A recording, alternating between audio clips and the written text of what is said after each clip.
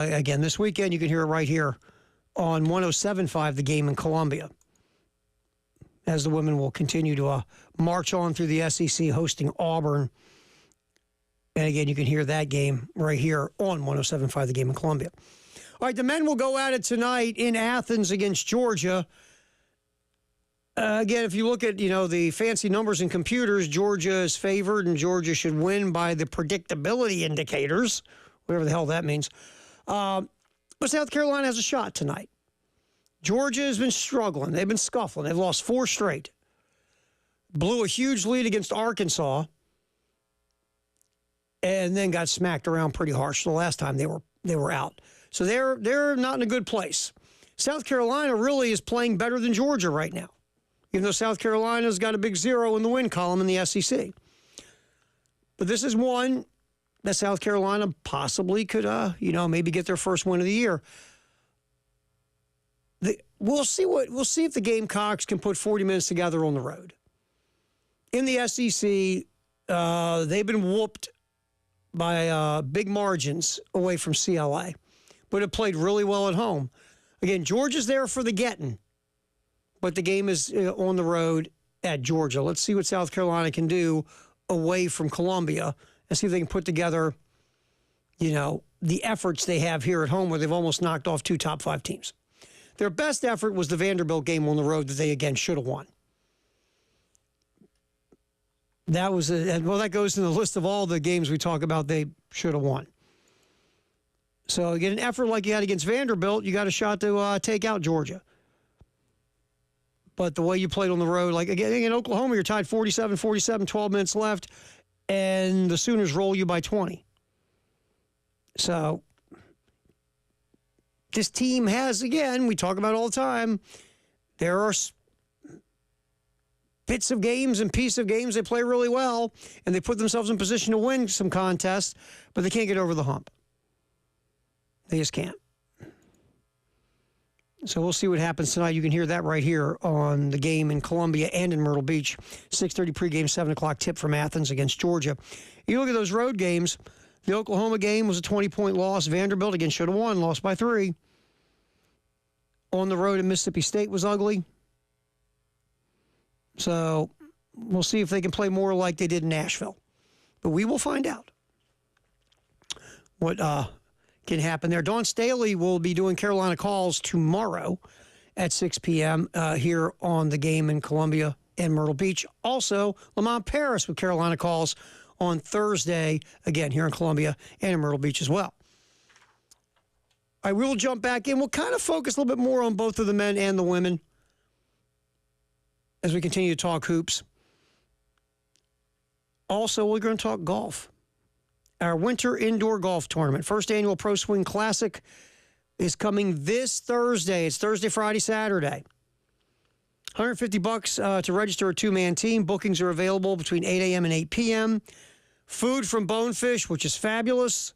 You can win $1,000 if you finish first, $750 for second, $500 for third. Plus, we'll be drawing Gamecock season tickets for baseball. Someone can win by just registering. It takes about 2 hours to play the 9 holes. 803-528-1617, 803-528-1617. Again, about 9 holes. You will be playing 9 holes. Takes about 2 hours for a twosome.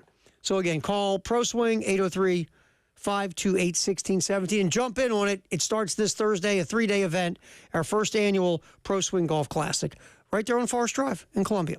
All right, we'll jump back, talk some more hoops. It's a halftime show. David Ayers punching the buttons. Terry Ford hanging out. Tyler should be back. He should have subs for us, Dave. Yeah, subs for both of us, Dave. That's just a hint. Just a hint. Oh, goody.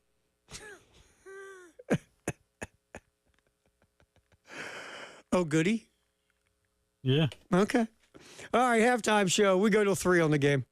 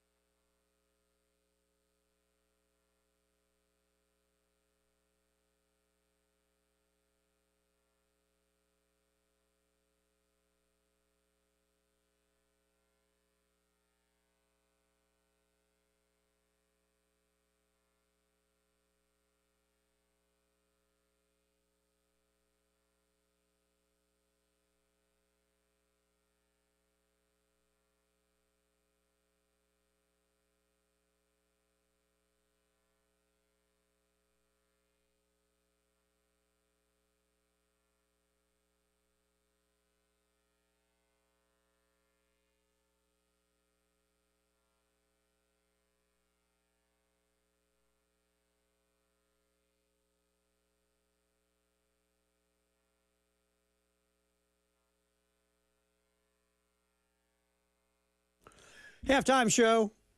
David Dare steering the ship. Tyler will be back from Firehouse soon. Terry Ford hanging out with you as we go till 3 here on the game. Again, tonight, 6:30 pregame, 7 o'clock tip.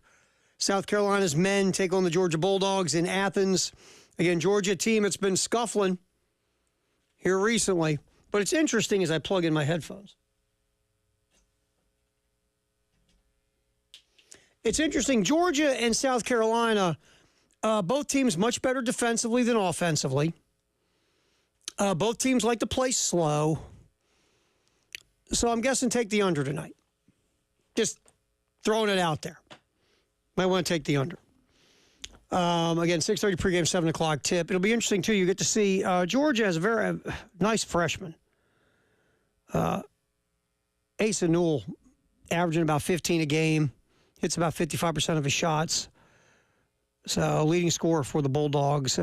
Keep an eye on him tonight. Georgia, below average shooting team from 2 and from 3. Okay from the line. Again, they get their chops on defense like South Carolina. So, again, tonight, 6:30 pregame. Everything gets started. South Carolina on the road to face Georgia. All right, so the women last night, they go to Knoxville, beat Tennessee 70-63. Interesting game. It was 14-13 after a quarter. Then South Carolina in the second and third quarters outscored Tennessee 44-25. But then Tennessee in the fourth quarter outscores the Gamecocks by 11. And made a charge late in that game, cut it to 6 at one point, and South Carolina ended up winning by 7. Here's Dawn Staley after the game talking about Tennessee's late fourth quarter charge. Hit it, Dave. Bad shots. Bad shots, bad decisions. Can be our nemesis at times. It was today. Fatigue, that's part of it as well. Their pressure. It's a combination of things.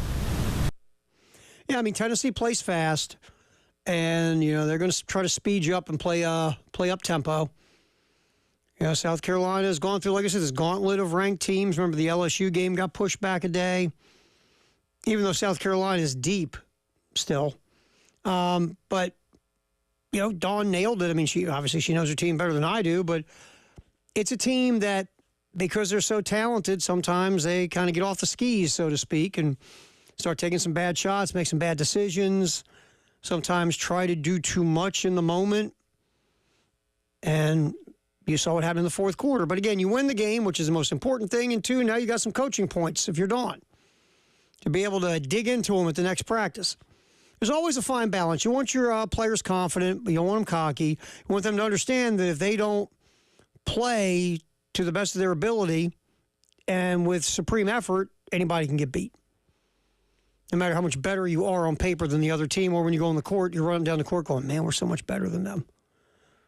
But again, if you play your D game and they play their A game, you know what I'm saying? All right, here's Dawn also. Now, the first quarter was 14-13, and here's Coach Staley speaking of the process of what happened in that first quarter, the feeling out process. It took some adjusting. I thought we played too fast. We missed some easy shots that we normally make. I thought just halfway through the second quarter that we found some easy ways to score once we beat their press, and then it was just a build-up, and then that build-up was torn down in the fourth quarter by ill-advised shots, just bad shot selection. Bad. And fortunately for us, we built enough lead to where, we were able to sustain their comeback. I like Dawn. It wasn't bad. It was bad.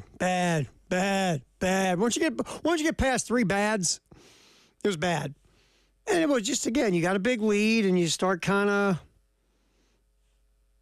going off the path. All the things you've done right through the second and third quarters, then you let it unravel. But like Dawn said, you had such a big lead, you could sustain the Tennessee charge in the fourth quarter. But it was, for second and third quarters, South Carolina just took Tennessee apart. This was an interesting quote. Let's get to cut 6, Dave. Here's Dawn. She's talking about Edwards and just how she plays. Again, cut 6. Joyce plays the right way. Joyce makes good basketball decisions, and that's why you see her flourish. I mean, she just plays within her capability, and I mean, I'm not surprised. I'm probably more surprised at some of the decisions that some of our older players are making. She's not one of them. She plays the right way. How many minutes did she play? Yeah, 29. Probably need to play her 5 or 6 more.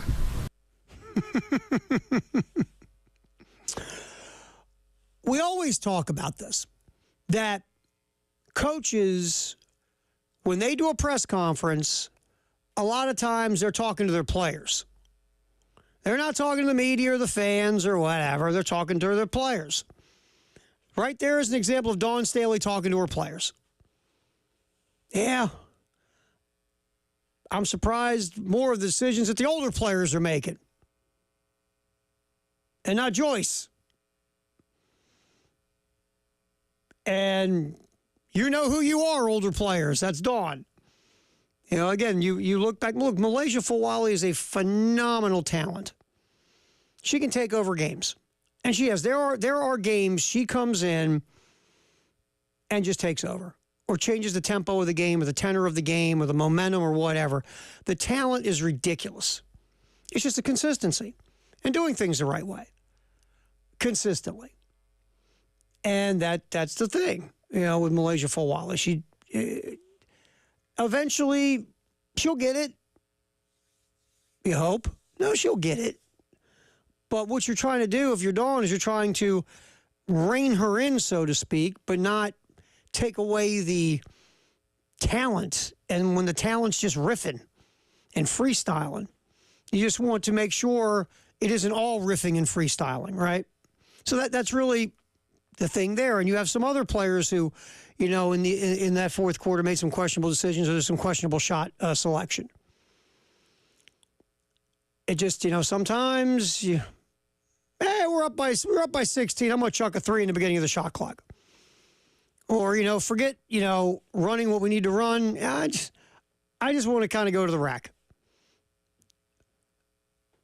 Those things happen. But, you know, Dawn's sending a message there. Hey, upperclassmen. The freshman plays really smart, sound, fundamental, high IQ basketball. How about jumping in with her? So, very interesting stuff from Dawn Staley. One more in here, Dave. Let's get cut 3. Dawn talking about the 5 straight wins over ranked opponents. Our team is resilient. I mean, they can win a lot of different ways. And I think the biggest pull on this stretch is mentally. Like, it's obviously is a physical battle just to play in the SEC, but to do it against, you know, the top teams in this conference is hard. It's hard. It took a lot of, for us, togetherness and a lot of different styles of play. I thought tonight, actually, I would much rather have Tennessee at the end of this, you know, because it's hard to recover after having to play this style of play and have to go back out and play another game. It happened at the right time where we got a little break where we'll decompress, but proud of our team for just managing it, like just taking one game at a time and winning and still being in a position of being undefeated in this league. It is not, you know, for the faint at heart to be in this league and to be undefeated and haven't played the schedule that we've played. So there's Dawn talking about going through the schedule and being undefeated in the SEC. Yeah, you get a couple extra days until you roll out again on Sunday. So there's some sound from Dawn post-game after the win last night over Tennessee. What happened while you were asleep? Maybe you just woke up. Maybe you haven't been paying attention. We'll get you caught up in the world of sports. That's next. Halftime show. David Ayer, Terry Ford, Tyler Hill will be rolling in here soon from Firehouse. We go till 3 on the game.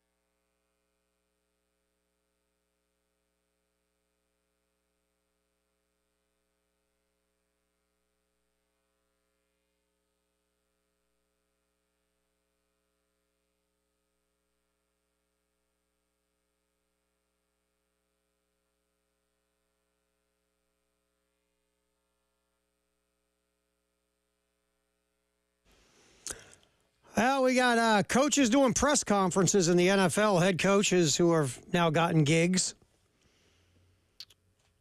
here in the last, 24 hours roughly.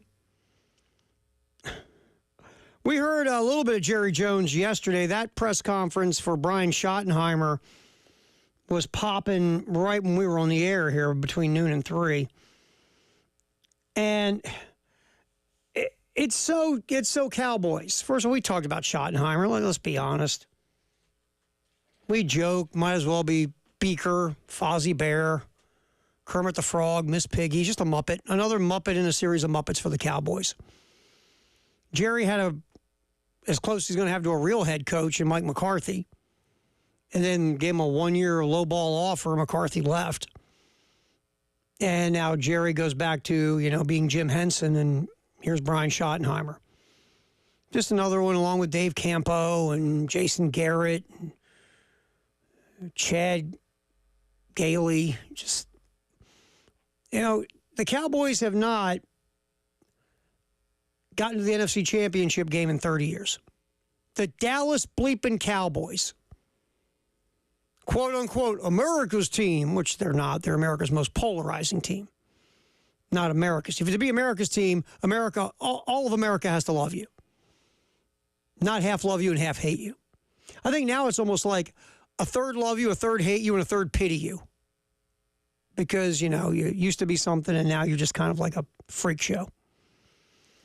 Here's Stephen Jones, Jerry's spawn. He does the air quote thing when he's talking about this championship drought the Cowboys are under. Cut 9, Dave. Obviously, we're also evaluating where it didn't go right, in terms of, this drought that people say we're in terms of a championship game or a Super Bowl. He says it like it's not right. It's not true. It's sort of like if you're sitting around and someone says, well, David Dare said that they did this. It's like Dave made it up, right? Because Dave makes up stuff a lot. But that's what it's like. It's like you sit around your house and Marge said this. I don't believe her. That's what she said. That's what Stephen Jones. No, Stephen, it is factual. Stephen, open up this thing called the computer. It's very simple. It's not difficult. Go to Dallas Cowboy year-by-year records. It will come up. Pick a website and go look at the last 30 years. The franchise your dad owns hasn't made an NFC Championship game in 30 years. People say, it's the truth. This once iconic franchise that was, measured by championships is now, measured by head coaches and goofy quotes from the owner and how many radio shows the owner does. How many people can do funny AIs of Jerry Jones press conferences? There's no excellence. Yeah, Dallas has made the playoffs. Mike McCarthy averaged 12 wins a year for 3 seasons. Where's he at now? Yep. One bad year at the end of his contract. Jerry and McCarthy part ways. This is the Cowboys. And as long as Jerry Jones is playing Jim Henson, this is what you get. 30 years, the longest drought by any team in the NFC. The longest drought, officially, according to people. All right, also, and if you missed this yesterday, I think this is almost like the same quote we had yesterday, but maybe a little different. This is Cut 8, Dave. Cut 8, Dave, Tyler, Dave, whoever wants to do this.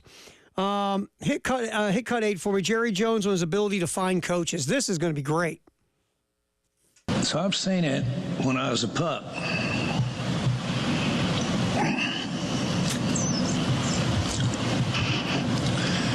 I have a good background in the makeup of what a coach is. To think that you could make a decision in an interview and not have talked, if you didn't and hadn't ever communicated or had a visit, I wouldn't dare have had an interview unless I talked to many, many people. Great history. I mean, you did hire Jimmy Johnson, and then you couldn't stand that Jimmy Johnson got all the credit for everything that was going on in Dallas, so you ran off Jimmy Johnson. I thought this wasn't supposed to be about Jerry Jones. No, it's not. Remember, Jerry said it wasn't supposed to be about Jerry. But let me tell you about my great history of hiring coaches. But this isn't about me. It's not about me. No, it's not about me. I forgot about, Wade Phillips. Bill Parcells was hired just so Jerry could get his stadium. Was there anybody that ever looked more confused on the sideline than Wade Phillips at all times? Constantly. He looked like he didn't have any clue what was going on. It looked like... It looked like my dad the first time he got a cell phone. What was this thing? He's holding his hand like it's a hand grenade. And it got worse when they went to Jerry World and that big screen in the middle. He's just always looking up at it, just bewildered all the time. Oh, yeah. My other favorite was Dave Campo. Dave Campo always looked like this was going through his head. What the hell am I doing here? I have no idea what I'm doing. Act cool. Just stand here. Don't look obvious. And the look on his face after a loss, he'd almost go, oh, I got to go across there and shake that guy's hand? Okay. Does he know I'm the head coach? Yeah, Jerry, you've done a great job. Jason Garrett was only made the playoffs, 3 times in his tenure? And wasn't Jason Garrett there like 50 years? It felt like it. Quintessential yes man. Again, he wasn't going to rub the Jones family the wrong way. Nope. They loved him. They loved him. That's why he stayed for so long. Yeah, I mean, Barry Switzer must have had some kind of like blackmail photos of Jerry from back in the day when they'd party and hang out together when they were young. But Barry Switzer wasn't even a coach. Barry Switzer just, they needed somebody to sit in the coach's office. Yeah. Aikman and those guys coached that team. And somehow, Barry lasted 4 years. It's stunning. And they won that one Super Bowl, even though was Barry even at that game? I think he overslept. Yeah. Barry showed up wearing his pajamas in the third quarter. Aikman's like, we got this. Don't worry about it, Barry. We're good. Oh, thanks for coming. We're good. Appreciate it. Jerry can pick coaches. Stephen Jones is like, people say we're in a championship drought. No, you are in the championship desert. Well, and that to me highlights how delusional inside the walls at the Cowboys facility are. We're just in a little bit of drought. I'm 28 years old. I'll be 29 this summer. In my lifetime, they haven't even so much made it to a conference championship game. Nope. That's not a drought. No, that's a desert. Yeah. You are a cactus in the championship desert. I've never known the Cowboys to be a successful franchise in my life. They've had good seasons. They've made the playoffs. But as far as a serious Super Bowl threat, never. No. Think about that for a minute. Your lifetime. My lifetime. All right. Another franchise that can't get out of its own way, the New York Jets. Aaron Glenn talking to the media yesterday. I mean, unfortunately, Woody Johnson was there. Their awful owner. Who did say he had to be better. He said, I got to be better. I'm going to keep my kids out of the locker room, and I'm not going to let my kids help me make my decisions by tell me what the Madden score of a player is. It's unfortunate he had to get this far to realize that. Is he really going to be better? Come on. No. No, he's not. No. Going to need a lot of Johnson & Johnson Band-Aids. It's such a dumpster fire. All right, here's Aaron Glenn, the next victim. God love him. He's asked about, of course, Aaron Rodgers. That's the big, gigantic elephant in the room, right, is Aaron Rodgers. The dark room. Yeah, the very dark room where Aaron is sitting. Yeah. He's just sitting there with his... Do you think they've sent up a smoke signal to him to indicate that there's a new coach that's been hired? Probably. Because, he's probably disconnected from everything right now. He's in that one-room shack. Yeah, that hut. That hut. Up on a mountain somewhere. Yeah, where he's got no running water and no electricity, and he's just doing what was that stuff? What was it? Involved your own body fluids? Sure. Something like that. The less we know, the better. Yeah. Things that's going to cleanse you both mentally, physically, and spiritually. Yeah. Anyway, here's Aaron Glenn talking about Aaron Rodgers yesterday. I've already texted Aaron, and Me and Moose are going to sit there and we're going to watch every game tape there is. And then we're going to look at the whole roster. This thing is not about Aaron Rodgers, folks. This is about the roster. And we plan on building the best roster that we can. So whatever that may be, guard, tackle, defensive tackle, that's what we're evaluating. And listen, everybody's under the microscope. That's just what it is. So we're going to do the best we can to make sure we build the best roster. Now, that's a great answer by Aaron Glenn. I give Aaron Glenn a ton of props. It's not about the guy sitting in the hut covered in monkey feces. This is the guy. It's about a whole roster. And that's what it is. You're building a roster. You're building a roster to hopefully one day have a winning record and maybe make the playoffs.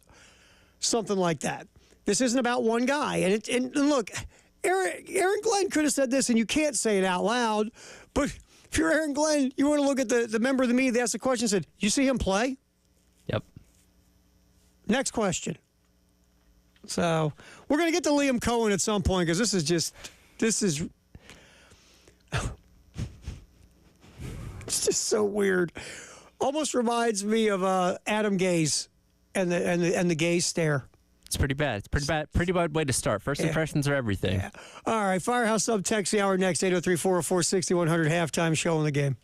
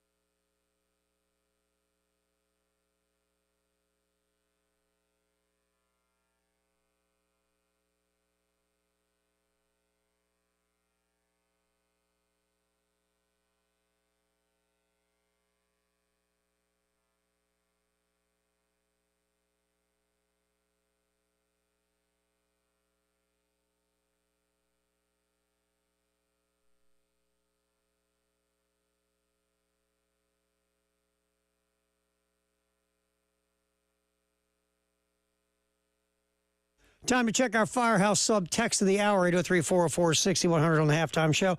Before that, just a quick little reminder that we have hooked up with Gamecock Traditions. It's the Gamecock Traditions Over-Under Contest. Real simple. You go to 1075thegame.com or you go to Gamecock Traditions, their website, and you click on the contest. Well, for us, it's on the little flippy thing at the top of the page. You click on it. It'll say Gamecock Traditions Over-Under Contest, and then you hit another click. It'll take you right to the page. You pick the over-under, either you go over or under. And if you are correct, you'll go into the pool of people who are correct, and Gamecock Traditions will pick out a winner for a gift card. This week's over-under for the South Carolina-Texas A&M men's game, Colin Murray-Boyles over-under 8.5 rebounds versus A&M. Just go there, pick that, and you can end up being a winner from Gamecock Traditions and the game. All right, our Firehouse sub text the hour. What do you got there, Tyler Head? In reference to the Cowboys, Justin says, I've never felt more apathetic towards one of my favorite teams. Yeah, of course you do. It's been 30 years. And look, there's different level of Cowboy fans. There are Cowboy fans who have been Cowboy fans their whole life for whatever reason, right? Yep. Either their family was Cowboy fans, and they've just continued on because, and for whatever reason, their family was a Cowboy fan. And it's been in their family forever, and they just kind of were grandfathered in. They're the people that jumped on the Cowboy fan bandwagon when the Cowboys were really good, whether it was the 70s, 80s, 90s, whatever. Sure. They had no connection to the team, but wow, they win a lot. I'm going to start liking them. That happens. That happens And a then, lot. unfortunately, you're kind of bolted with that for a while. Mm-hmm. And then, and there's some people who are actually from Texas who like the Cowboys. Or in neighboring areas or in the region where the Cowboys are very popular. I'd be willing to bet the people actually from Dallas are probably the least obnoxious version of Cowboys fans. I wouldn't disagree with that. I wouldn't, because again, it's their team. It's the bandwagoners that are the worst. Sure. Because they bandwagon on and then they bandwagon somewhere else usually. Yeah. Well, it's Cowboys from September through December. Then you jump on the Lakers train. Then the Yankees start up in the spring, and they like Duke basketball, exactly, Alabama Duke basketball. football. Yeah, sure. You weirdly find the best programs to support. Bizarre. It's bizarre. So that's Cowboy fans, and if you're a Cowboy fan, like for real, not a bandwagoner, this is awful, and you get to apathy like the texter. It's like you almost have resigned yourself to the understanding that your team will never do what it used to do as long as that old coot is the owner. And that's just the way it is. And it's sad. Look, Jerry Jones is a phenomenal businessman. He is a great marketer, great promoter. I mean, he's sharp. There's a ton of positives about Jerry Jones. Well, weren't the Cowboys in the red when he bought them? Yeah. And now they're the most profitable sports brand in the entire world? There's a reason why Clint Musherson sold the team. Yeah. And what Jerry has done with that brand is Hall of Fame worthy. The problem is the ego that has made him so successful in business, he can't shut it down. It's out of control. Yeah. That ego is taken over. It just is. It's just gone totally nutcase. And it just has taken over his entire body. And that ego thinks he can also run the football side because he played football at Arkansas. Yep. Dude, just because you put your hand in the dirt doesn't mean you know how to coach or be a GM or anything else. Didn't stop him showing up with shorts and a whistle when Jimmy Johnson was running the team. I know. Jerry, but Sure, he loved that. Yeah, that's the ego. And that's the ego some of these owners have is, I'm really successful here, and here.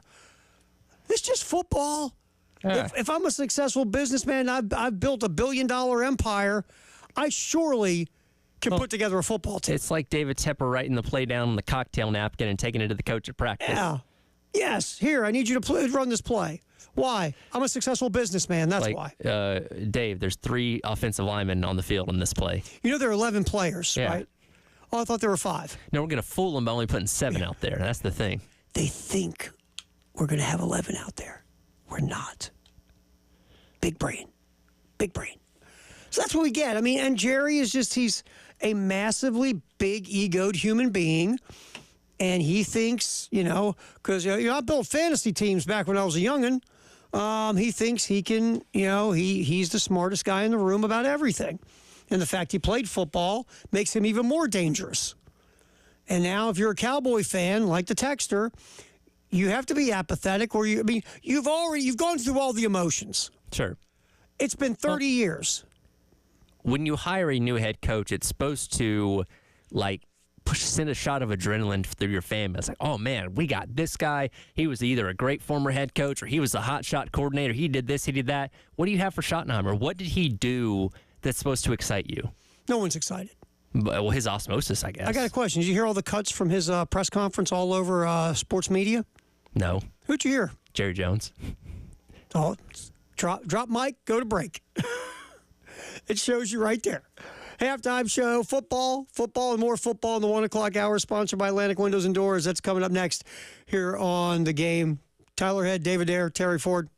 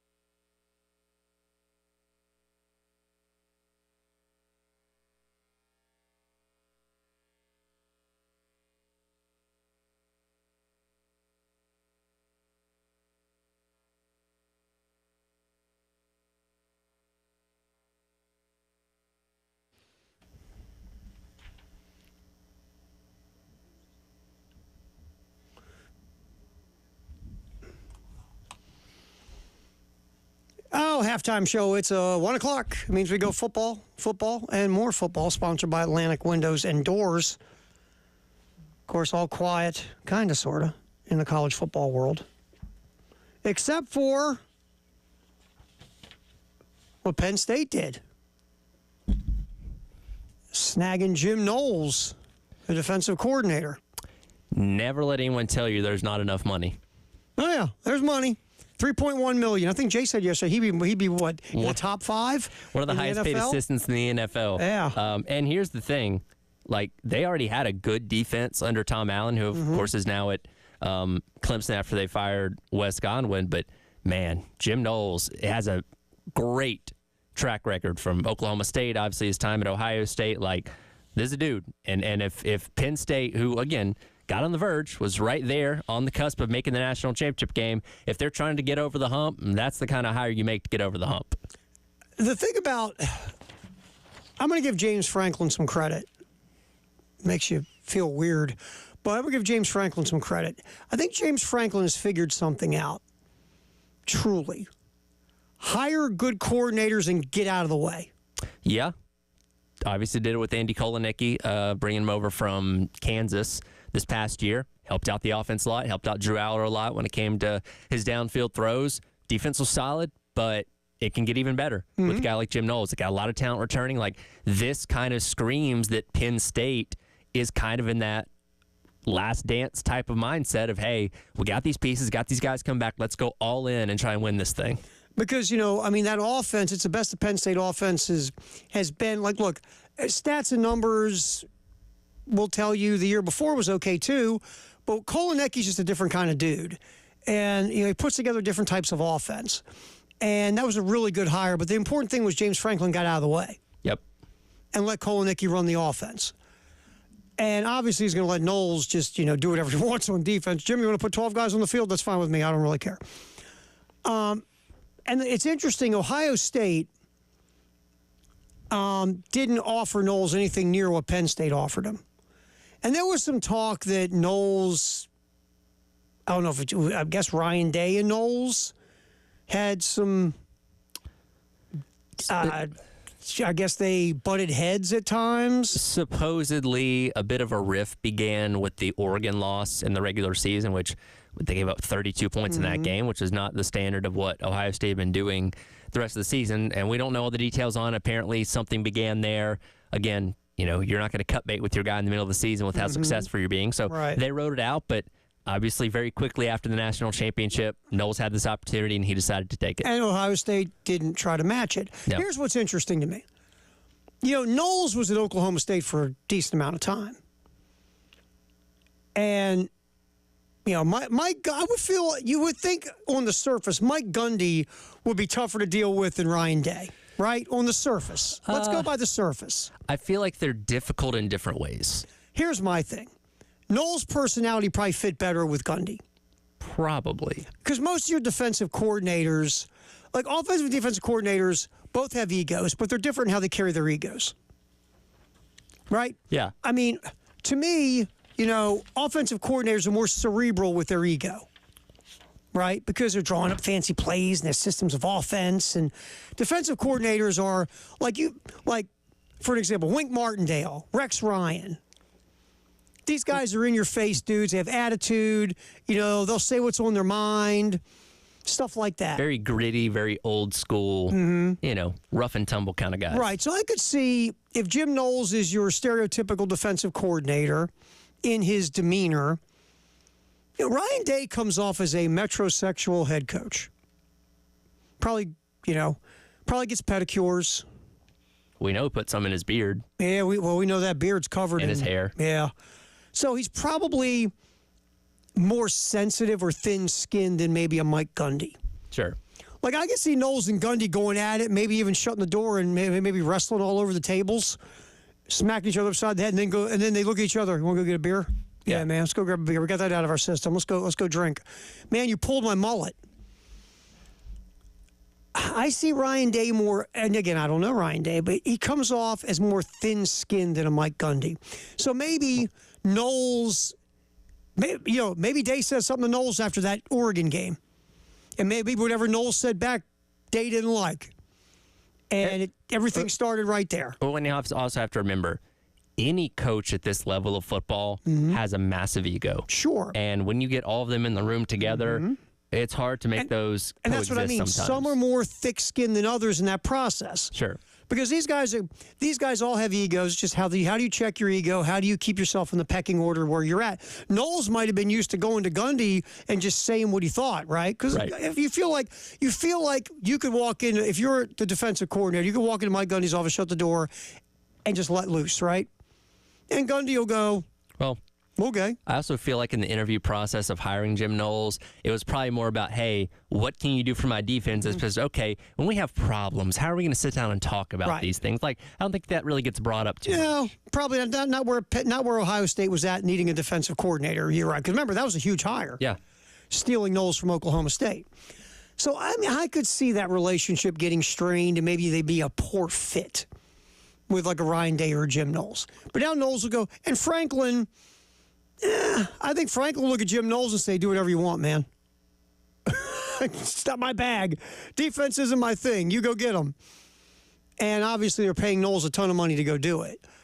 And, you know, what Jim Knowles did at Ohio State was interesting because, remember at Oklahoma State, he was blitz crazy, right? Mm-hmm. We're blitzing everybody. We're blitzing cheerleaders and water boys. And we're blitzing the hot dog vendors. We're blitzing. At Ohio State, he went like this. I got a lot of 5 stars.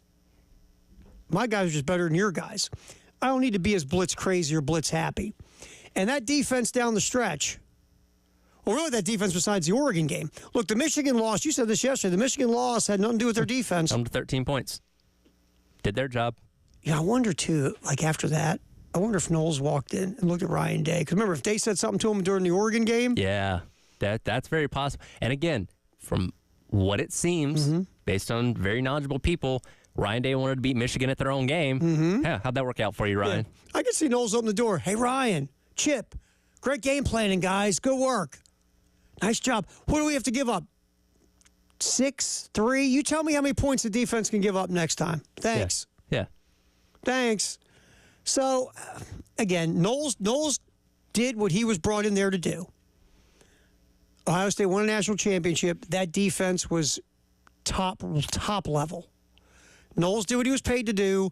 Now he's getting paid more to go do it at Penn State. And if Penn State wants to pay that much money for a defensive coordinator, have at it. Again, it very much seems like they're in the kind of win-at-all-cost mentality. Just looking, Aller's coming back. Both the running backs are coming back. A lot of guys, the key players on the defense are coming back. Yeah, they're losing some talent in the NFL like Warren and Abdul Carter, but this is still going to be a very talented team coming up next year. And how good is Abdul Carter? It's a freak. I mean, he was playing with what? Half a shoulder? Yes. And still wrecking guys? He was killing people. And playing, like you said, with one good shoulder. What he did, which college football playoff game was it? The quarter or the semi? He's just blowing everything up. I was like, wow. That was impressive. I'd seen him play healthy, and he was really good. But when he was gutting through that shoulder, and I think it was a Notre Dame game. Yeah, he was killing people. He's gonna make a lot of money on Sundays. He's gonna be by the time the 10th pick is in, he'll be already partying. Yeah, because everybody sees Micah Parsons 2.0. Yeah, the Abdul Carter is ridiculous. So Jim Knowles rolling off to Penn State, $3.1 million a year to be the defensive coordinator. Now, what does Ohio State do? I haven't seen anything. Have they? I haven't seen anything. I'm sure there's a list of coordinators that are looking at and interviewing. Look, they'll get somebody good. No, sure, it's an elite job. They got the money for it, and if they have to pluck somebody else's DC to do it, they'll do that. Oh, they pluck Knowles. So right now, if you're a head coach, you got a really good defensive coordinator, be afraid. Or go to your AD and say, hey, can we give this guy a better contract? Please. Can we give him $3 million? Please. All right. Shane Beamer talked to the media over the weekend. Now, we didn't get to every cut. What cut did we miss, Tyler, from Shane from yesterday? You know, since we're talking about the money and stuff in college football, how about we listen to him talk about this new general manager type of role that a lot of programs are bringing in? And I think what a lot of teams, I think it's complicated, Jordan, because everybody's like, hire a GM, just like the NFL. Well, the GM in the NFL is in charge of everything, like the whole program, and then the head coach coaches. Well, GMs in college, it's basically NIL, transfer portal, and recruiting. Well, that's what Darren does. So in my mind, yeah, he maybe doesn't have the title of GM, but the GM. I talked to a GM in the NFL today about something, and they're worried about a lot of stuff, not just what a GM in college does, if that makes sense. So yes, to answer your question, probably by title, that's what he does. But I think people are sometimes quick to throw out just the word GM and think it's just like the NFL, and it's not like the NFL. No, it's not. It's nothing like the NFL. It's more of a guy who is, because again, the head coach is the GM. The head coach buys the groceries, cooks the meal, and everything. What you're seeing today in college football is just, it's more of like the setup, for example, when Pete Carroll was in Seattle. He had John Schneider, who was his GM, but Pete Carroll had final say. Mm-hmm.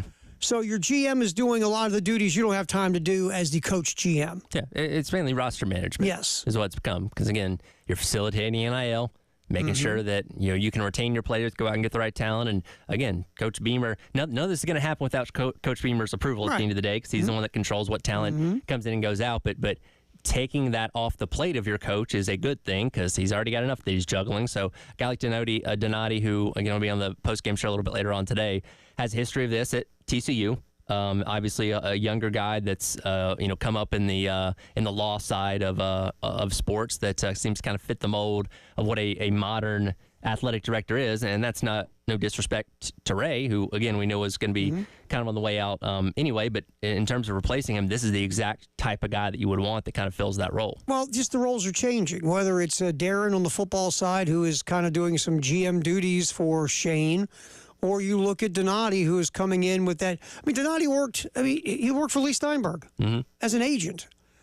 I mean, he even joked when you talked to Jay on the phone, did that phone interview with Jay, that he was like, I never thought working for Lee Steinberg would be a relevant skill to be an athletic director in college football or college athletics. It's a different world now. You're looking at these things from different prisms. And part of it is money. It's just, the money is gigantic in this whole situation. Not just fundraising, but how do you allocate money and allocate funds to different sports? How are you moving money around to make your sports as successful as possible? How are you working with the NILs? How are you going to work with this caps situation? All these things are what an AD is going to do now. Oh, yeah, and by the way, be the athletics director. You hire your assistant athletic director to do the other stuff now. So, there was Shane discussing that. We'll come back. We're going to talk about Dylan Stewart. Cole Kublik was talking about Dylan Stewart and had him ranked as number 3 returning player in college football. We want to hear what Cole says about Dylan Stewart, and then let's take a minute and discuss Dylan Stewart. Because what Dylan Stewart did as a freshman was great in a lot of ways, but Dylan Stewart has got to do a lot more as a sophomore. Let's just put it that way. We'll get into that coming back. It is a halftime show. Terry Ford, Tyler Head. We're hanging until 3 here on the game.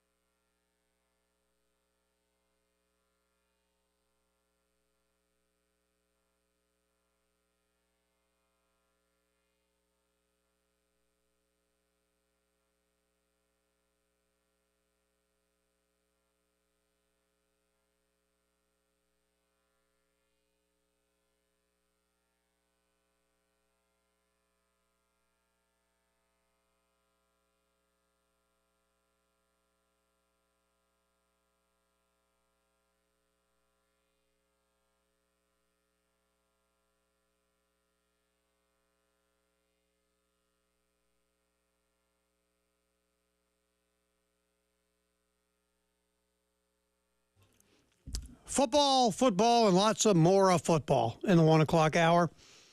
Here on The Game, sponsored by Atlantic Windows and Doors. Terry Ford, Tyler Head.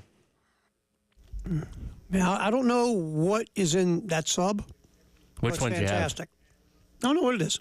I think a chicken turkey, I think it is, and bacon and egg, and I don't know. That's the funny thing, and we're very thankful for our guy Larry Chandler that allows us to Larry.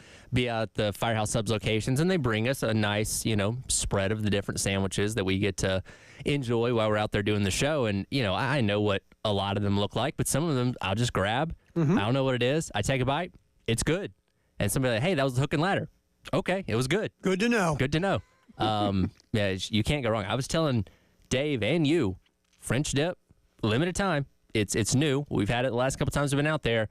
It's good. If you haven't tried it yet, give it a try. I love a French dip, so I'm going to have to roll over to. I was going to come over today and just make sure the broadcast was set up correctly. Yeah. Make sure the chairs were positioned in the right place and make sure tablecloth was good. And, Yeah. Yeah, we were just down the street. Weren't that far. I got caught up in some things, but I was going to come down and just supervise the broadcast. I'm sure you were. Well, Josh showed up because we had food. You know what's funny? Josh only shows up at the live broadcasts that involve food. You ever notice that? The other times he has meetings. Mm-hmm. Weird how that works. Well, he's got to go visit a client. But we appreciate our buddies at Firehouse Sub. Like always, thanks to Larry and the crew. All right, so Cole Kubelik was talking about Dylan Stewart and naming him his number 3 returning player in college football. Here's Cole's thoughts on Dylan Stewart. He had Kyle Kennard opposite him. He also had 3 really good D tackles inside that he's not going to have next year, so we're going to find out. But again, you go to some of the traits that are not coachable and that you don't see with other players. A lot of freshmen can come in and maybe get a couple of sacks. A lot of freshmen can come in and maybe get some wins off the edge. It's how Dylan Stewart did it. The get off is as good as I've seen. The flexibility was as good, maybe better than any pass rusher I saw last year. And that's on any team. The ability to just bend and rip and get that face mask like 6 inches off the ground and then be right back up to go chase the quarterback down. The speed to chase down the quarterback in plays from the backside. Can he work on his hands and play in the run just a little bit? Sure. But I'll sacrifice some of that to put somebody that's going to wreck the game when he's on the field. And Dillard Stewart out of South Carolina is going to be able to do that. He is just overly dynamic at a position that, as we know, we've seen over time, that can go take over a game and ruin your game plan. He's going to force 2 blockers, whether that's a back, a tight end, some sort of a chip. You're going to have to move your pieces around. Your quarterback's going to have to be aware of him. Your offensive line's going to have to be aware of where he's lined up. He changes everything. He changes your protection plans. He changes the plays that you can run. He changes the amount of time you can spend in the pocket. So if that's all the case when this dude's on the field, he's absolutely going to be in my top 10 players returning for 2025. I mean, yeah, Dylan Stewart, like Cole described it perfect. I mean, when it comes to rushing the passer, the bend, it's not quite Dwight Freeney, but it's like that type of bend coming around the edge where an offensive tackle, who last time I checked is kind of a big human being, it's tough to block that kind of bend when a guy's coming around the edge like that. And his bend is freakish. And the way he gets around the tackle. And, yeah, I mean, you watched when the snap of the ball, how quick Stewart just popped. I mean, Kennard is good. The get off is good, but Stewart's get off is NFL. It's just crazy. And he's going to occupy double teams, chips, rolling protections toward him. He's going to affect the passing game next year. But for him to really go to the next level, being a more complete player, I mean, that's really what Dylan Stewart has to do next year. Yep. Against the run game, every now and then he had some interest, but, he was out there to chase quarterbacks, and that's fine when you've got Kyle Kennard on the other side who plays the run. You've got a bunch of veteran defensive linemen who are also playing the run. Demetrius Knight's flying around playing the run. Bam Martin-Scott, Debo. Stewart didn't have to take on any kind of role, but what he had was perfect. Hey, son, you see that guy that's taking the snap? Go dismember him. And it was perfect. It was perfect for Dylan Stewart. He had one of the best pass rush grades in America. Yeah. Not for a freshman, for anyone. Yeah, and it's not always what shows up on the stat sheet when it comes to sacks and tackles. It's forcing bad throws. I mean, go back to the throw that sealed the game against Clemson. He forced Cade Klubnik to get rid of the ball early. We didn't have his feet set. He throws behind Phil Maffa. Demetrius Knight picks it off, and boom, the game is over. And that happened constantly throughout the season. Of course, when you have another threat on the other side, like Cal Kennard, it was okay, pick your poison. If you want to double or triple Dylan Stewart, well, guess what? Here comes Kennard on the other side. You want to double or triple Kennard, guess what? Here comes Dylan Stewart. So he benefited a lot from having a teammate that was playing at a high level as well, and we hope we get somebody of that same caliber and that same kind of neighborhood. It'd probably be Brian Thomas Jr., Ume Zulu, somebody like that to complement him on that other side. So, again, he's going to take the bulk of the attention, but if they do decide to look at the other side and try and block whoever that is coming off the other way, Stewart's going to have a free lane to get to the passer. Yeah, I mean, last year, what I thought last year at times was interesting. When Kennard and Stewart were cooking at the same time, teams would double Stewart or chip Stewart and not Kennard. That tells you what they thought of Stewart. And that when Kennard got the safety on Milroe in the Bama game, Milroe went to turn to go the other way, and guess who he saw? Dylan Stewart threw the tight end back at him. Yes. So Dylan Stewart can affect, and that's really what the stat should be. How do you affect the game? Because Stewart could affect the game, without a sack or without a pressure. Just by forcing the offense to account for him every time they drop back to pass. And like you just said, we hope someone's on the other side who can take advantage of it, or we hope someone's on the other side that can be so good that the offense can't just sit there and double Stewart all the time and kill the South Carolina pass rush. But Stewart, the next step is complete player. And more is going to be asked of you, and more is going to be expected of you next year, because right now we know one edge rusher on this football team for sure, Dylan Stewart. Yep. We don't know who's going to be playing on the interior defensive line. We don't know who the linebackers are going to be. The one constant we know is Dylan Stewart was a hell of a freshman, but now he's going to have to take that next step as a player. Yep. And it's that simple. And everybody says he's a hard worker and he's a good study and everything else, and he's got a level head. So this freshman year, I don't think he's going to walk in, looking like Antonio Brown coming to training camp. No, and I think the exciting thing is he's only going to get better. Again, that was him as an 18-year-old true freshman. So another offseason, another year of development and all that kind of stuff. How much better can he be? And again, he's going to have a lot more attention, a lot more eyes on him going into his sophomore year. But if he can continue to be the freak of an athlete that he's been up to this point, there's no reason to think that he can't get even better. Absolutely not. Hey, today, 4 o'clock, Jeremiah Donati, the new athletic director, will be hanging around. I believe he's coming in. Oh, even better. Coming and hang out in the studio. I might leave him a bite of my Firehouse sub. I don't know. I got manners. I don't know if that's. You don't think that's the enticing of an offer as you might think it is. Hey, Jeremiah, you coming in studio, and I'll leave you a hunk of Firehouse sub. Well, just leave it on like a napkin in front of where he's going to sit. Ready? Welcome to South Carolina. He's like, oh, where's this half-eaten sub? There's bite marks on it. Oh, well, that's for you, from us. Hey, thanks for coming in. That'll be the last time he ever comes in. That's right. 4 o'clock with Jay and Elijah on the postgame show. The new athletic director, Jeremiah Donati, will be hanging out with the crew on the postgame show. Again, that's coming up at 4 here on the halftime show on the game. We will come back. We got to hear Liam Cohen. Yes, we do. I've been hoping you would save this until I got back. The new head coach in Jacksonville. Look, winning and losing the press conference isn't everything. But sometimes in the moment, you can kind of... Considering the fact that he's not coaching a game for the next 8 months, this is what we have to go off of. Yeah. So we'll hear the new head coach in Jacksonville. Should never do this ever again, Tyler. He should never attempt this again. That's next. Football in the 1 o'clock hour, sponsored by Atlantic Windows and Doors here on the game.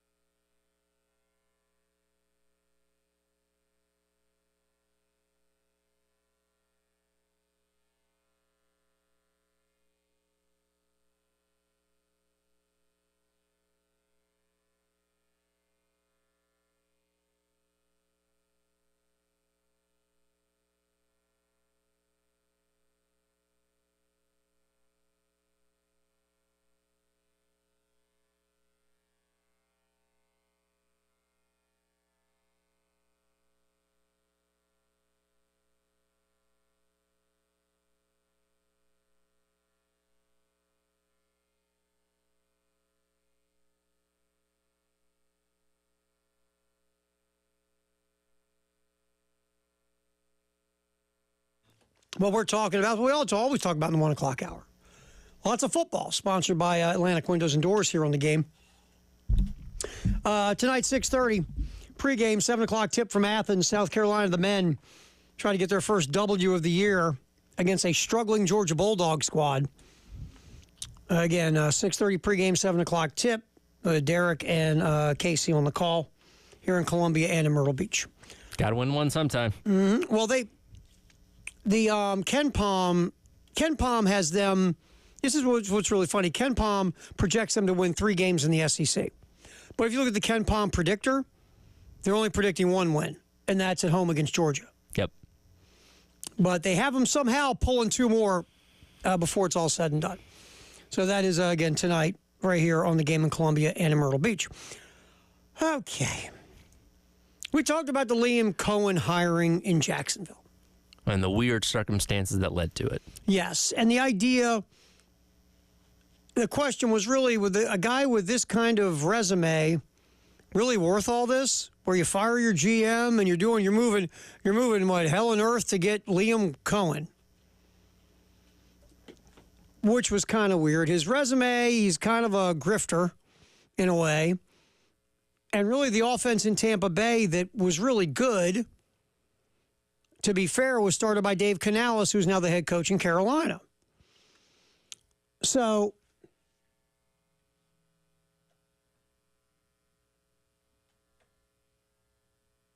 There we go. Got it. Tyler and Terry Spielberg working the video stream. So it's just a kind of a weird hire in the idea that you just pushed your chips all in on Liam Cohen. Somebody that's never been a head coach before. No, he's only been a play caller for 1 year in the NFL. He's never been a head coach before. And a lot of the success of Tampa Bay's offense can also go back to Dave Canales yes. And what he did with Baker Mayfield. So you don't really know what exactly Liam Cohen did He's necessarily. Never been a head coach anywhere. I just, it's a very Jaguar hire. And so then Liam Cohen did his presser. And, okay, the Jags are in Duval County. Yes, it's their thing. Their rally cry. Do it. You're better. The actual do one. The rally. Duval. That's, That's what they do. Something like that. You'll hear it at the games, players say it like it's their thing, like it's their culture down there. Outside of, if you don't, if you're not in the region or not in the division, you have no idea why they do it. What's Duval? It's the county. Yeah, like who's Duval? Yeah, who's that guy? Who's that guy? No, it's the county. It's their, it's basically them claiming their area, basically. You're thinking, is that David Duval? They're talking about the old golfer? Yeah, it's like if you're from Atlanta, people talk about Zone 6. You claim Zone 6, that's your turf, right? Duval is the turf for Jacksonville. So Liam Cohen decided he was going to do it again? Duval. You got to go in the U. Duval. It sounds like you're booing. Mm-hmm. So here's the new head coach of the Jags trying to do their little Duval chant. Duval. If there's one thing you don't want to screw up in the introductory press conference being the Jaguars head coach, it's the rally cry of your entire city. Okay, so not only was it creepy sounding, Duval, like it was like some obscene phone call or whatever, but he totally hit the syllables wrong. Yeah, he did. He put the stress on the A, not the U. Right. Do it again. Duval. It's you, and then it falls off at the end. Liam Cohen, your turn. Duval. And the bad thing was, he was very proud of himself. If you watch the video clip, like, he's got a smile on his face. Think, man, I really nailed that. I would imagine soon after the press conference, when this started making the rounds, he was aware that he messed that up. Mm-hmm. It's like that progressive commercial where the guy's not saying roll tide. Yeah, saying high tide. Yeah, exactly. High tide. He thought he was doing it right. Like, no, it's roll tide. Oh, okay. Oh, my bad. This is very much like, when a parent hears the slang term the teenagers are using and tries to use it to be cool, but completely botches it. Like, that's kind of what this gives off. Oh, it's awful. I'll tell you one, it's not like that. Just hit me. My kid's uncle is, he's just hit his 60s. and he's going through that midlife crisis thing, right? And he's got a buddy of his who's probably in his, just turned 50, whatever. They're friends. And they were on the porch one day, and my youngest, I had to go over there and pick up something from his house. And he's there talking to his buddy who's 50. He's 60. Yeah.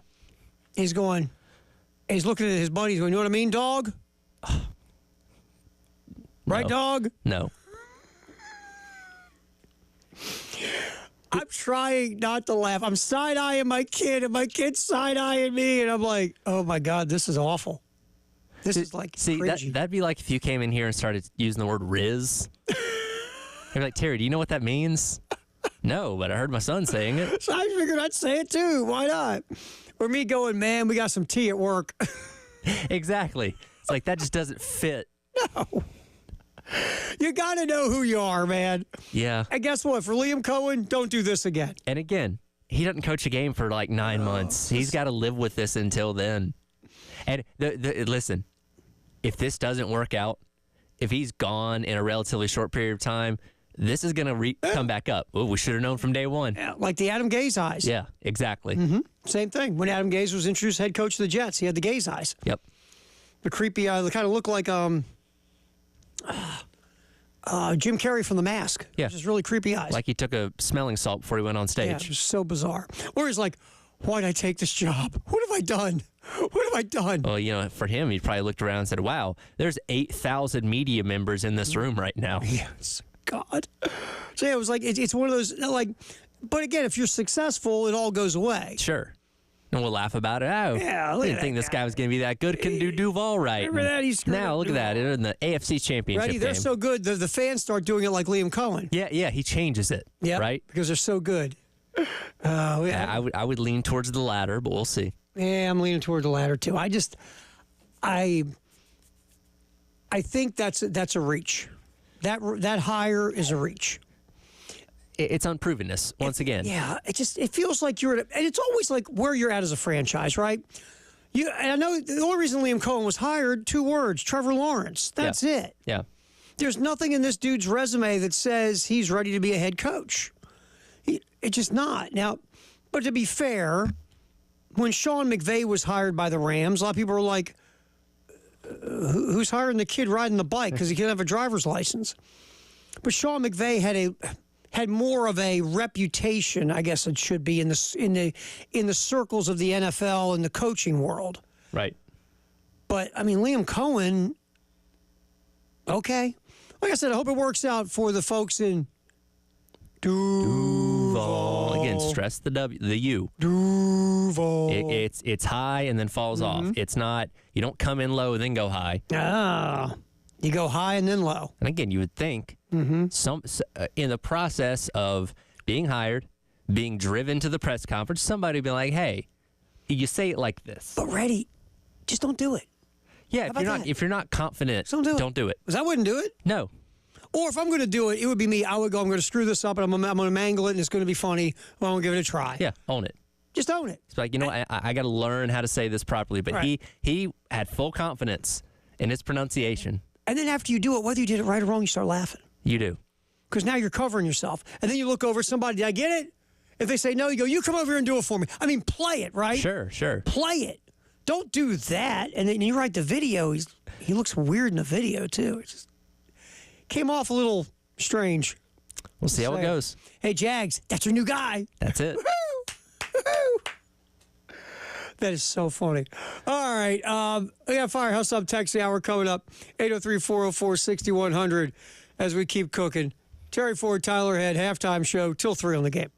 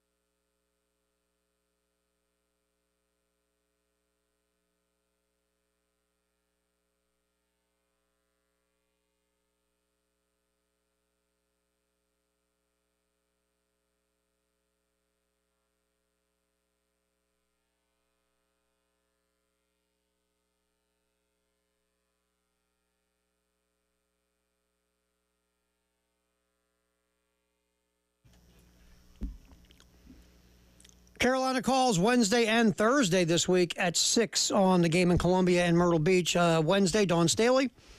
Rolling Carolina calls on with our buddy Brad Muller. And on Thursday, Derek Scott and Lamont Paris. So 6 p.m. Wednesday and Thursday, Carolina calls. I hope they have something good to talk about on Thursday. I do too, man. It's getting frustrating. And checks notes, Texas A&M on Saturday. There you go. There you go. And they're pretty good. They're pretty good. So that's Wednesday and Thursday at 6 p.m. here on the game in Columbia and also in Myrtle Beach. All right, our Firehouse Sub text the hour 803-404-6100. What do you got, man? Nameless texter in reference to Liam Cohen says, look at his eyebrows when he says it, one up at the DU, then raises the other, and when he says Vol with a side smile. That's the most annoying part to me. Which, like, again, when you watch, he's saying it with a lot of confidence, like he thinks he's doing it right. And that's what makes it even funny. That's what makes it even funnier. Like, oh, no, buddy. I don't know. I hope somebody got in your ear immediately after, like, hey, you pronounced it wrong. No, it's everywhere. I mean, they ran it on ESPN today. Because, like, if he keeps doing this, oh God, over thinking he's doing it right. Oh, by the way, second thought, don't tell him.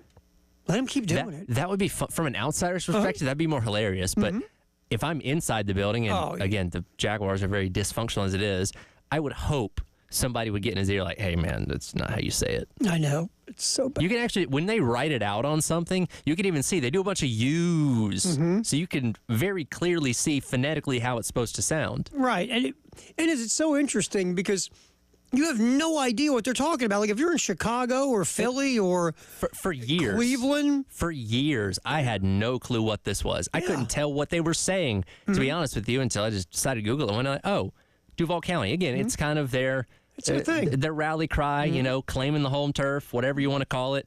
Preston said back in the day, if you heard people shouting that, when you were in Jacksonville, you were in trouble because something bad was about to happen. So I don't know if that's still the case anymore, but this is what people, they're do. That's their thing. But it is because, like, usually, though, when you hear that kind of thing, it has such an obvious reference point that you go, oh, okay. But this one, you're like, wow, what the hell is that? But then you go, oh, they're in Duval County. Yeah. Now I get it. Yeah. Okay. I know Bill and Preston were trying to say, like, what's the Carolina equivalent of this? What's something as a head coach at Carolina you could not screw up at risk of angering the fan base? That's a good one. Well, first of all, you better not say, you better not call Southern Cal USC while you're... No, listen, we've all made that mistake since coming over here. And now, if I'm like listening to a show or a podcast that references USC and they're talking about the Trojans, I'm like, wait a minute, that's not right. Can't say that. I'm the same way. Just like for North Carolina. Now, again, I spent most of my life, Maryland was in the ACC with North Carolina, and they would call them Carolina. Yep. That's not the way it goes here. Not how it goes here. So when somebody calls North Carolina Carolina, now I go, oh, wait a minute, hold on here. Hey, now. Whoa. Yeah. Whoa. Back off a little bit, Chief. So I wonder what. That's a good one. What they would. Did they come up with anything? Because they've been. I didn't get to listen much after that, but it's a good question. I know, just being a native in general here, you better not screw up the street names. Because, trust me, we all wanted to say Huger Street, but it's not Huger Street. No, it's not. Or Gervais. Oh, you look at Gervais, you're like... Jervis Street? No. Jervis. No, it's not. No, it's not. No, it's not. So, yeah, there's some things here you better get right. There's cultural things here that you have to understand. Yep, absolutely. So I appreciate the text. Yes, Liam Cohen, really weird, creepy, bizarre looking. And, look, he could be... Look, here's the truth. We only think we know what we think about these guys when they get hired. No one truly knows anything. We really don't. No one has, like Sean McVay. I never knew Sean McVay would be this. No. He's a heck of a football coach. And look at him now. I mean, when Bill Belichick got his second chance in New England, everybody went, you hiring that guy? Why? You saw what happened in Cleveland. How'd that turn out? I remember in baseball, I will never forget this. I thought Buck Showalter, when he was managing the Yankees, was a really good up-and-coming manager. And I thought the Yankees with Showalter as the manager were going to be dangerous. And, of course, Steinbrenner and Showalter have a disagreement. Showalter and the Yankees part company. Then they hire some retread named Joe Torre. I was like, oh, yeah, the guy that was nothing special in Atlanta or in St. Louis or with the Mets. Guy won one division title in '82 with the Braves. Besides that, he's got a career, 500 record. Great hire, Yankees. Turned out okay. It went pretty good. Turned out okay. I mean, and then the flip side is Scott Frost gets hired in Nebraska. I thought it was perfect. I thought that was perfect. Guy crushed it in Central Florida, rebuilt the program. Now he's going to go home to Nebraska, rebuild the Cornhuskers. Seemed like a storybook ending. The prodigal son returns home to take the former, dynasty of college football back to the mountaintops. But best he could do was the best 4-8 team in the country. Exactly. So you just never know. And Liam Cohen might end up being better than any of us ever could imagine. And to a degree, it's not always about how good that person is as head coach. It's about what they have around him. What ingredients do you give them to cook with? Mm-hmm. You've got Trevor Lawrence, very, a thought to be, in some minds, potential generational type quarterback coming off of an injury. What's that going to do? I don't even know what the cap space situation is as of right now, but what talent can you go out and get? What can you get in the draft? There's so many factors that can sink or swim what your head coaching tenure is going to be. And again, he's going into a situation that's been pretty rough the last couple of years down in Jacksonville, save for Peterson taking him to the playoffs a couple of years ago. But outside of that, not a whole lot to smile about. Well, the thing, too, is you just don't know. And look, any coordinator who's never been a head coach, can they be a leader? Can they set culture? Can they be the CEO of the football operation? And you just don't know that about any of them until they take the job. None of them. Some of them you think are better equipped to do it than others, but you've got zero clue. Everybody's jumping up and down about our boy Cliffy in D.C. Cliff Kingsbury. He's going to interview us for a head coach. He has shown you. We've seen this. In multiple occasions, he's not a good head coach. But again, if he wants to do it, he'll get interviews. He'll walk in with his dreamy eyes and okey-doke somebody. It is so funny how we can take somebody that was not a great former head coach, and this is not just talking about Cliff Kingsbury, but a lot of examples. They go a couple years back to their roots of being a coordinator somewhere, put up flashy numbers and high-flying offense, and suddenly all those memories of what they did in their former place as a head coach are gone. Oh, well, he's a different guy now. Is he? And sometimes it does work out, but sometimes it doesn't. You never know. It's just okay, maybe third time's a charm, but he hasn't shown you anything in his first two stops that he's a culture builder or a leader. He's just a guy that can maybe draw up some offense that looks, really good in his Ray-Bans and his cool house. That's not a head coach. Cap space for the Jags, by the way, right now as we speak, $35 million. Now you can do it. Not a ton. You can do a little something with it, but it's not a lot. No. Might have to restructure some deals, move some dudes out. All right, what's trending at 2, sponsored by Traditions Fine Jewelry and Gamecock Traditions, coming up on the game.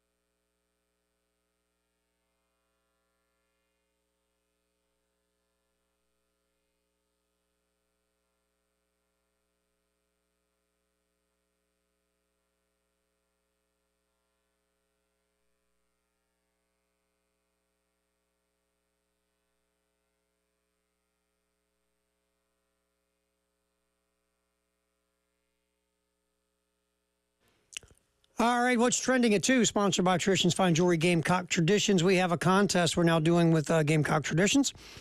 The over-under contest. It's real simple. We're going to pop out an over-under for the week. This week, it's Colin Murray Boyle's over-under 8.5 rebounds versus A&M. You just either go to 1075thegame.com or Gamecock Traditions online. Man, you click on the contest. You pick the over-under. You put in your name and whatever else is in there, I guess email and phone number and stuff. And if you do get it right, you'll be in the pool of all the people who got it correct. And then a name will be picked out, and you'll win a gift card to Gamecock Traditions. Real simple. The Gamecock Traditions over-under contest from Gamecock Traditions and the game. All righty, so what's trending at 2? Women's basketball last night, a 7-point win over Tennessee. It should have been a lot more, but Tennessee outscored South Carolina 24-13 in the fourth quarter. But the Gamecocks were cruising. I mean, they outscored, I think, 44-25 Tennessee in the second and third quarters. Yeah, they were down 14-5 in the first and closed out the first half on a 30-12 run. Mm-hmm. They were, and then they just kept kicking them in the head in the third quarter, too. So it shouldn't have been as close as it was, but you had enough cushion to where once you went off the rails, it didn't come back and bite you. Here's Dawn Staley postgame. Talking about the Tennessee offense. Look, they play fast. They love to chuck threes. Here's Dawn talking about, let's say, cut 5, slowing down another talented offense, Tyler. I mean, we defend. We defend. I mean, we knew they were going to come in and take, a lot of shots, a lot of threes, a lot of, I would say, quick shots. It's making sure you can test them, making sure that they don't go on a run like they went on a run. That was, we took better shots. I think we could have secured our lead a little bit better, but we didn't. Defending, we defend.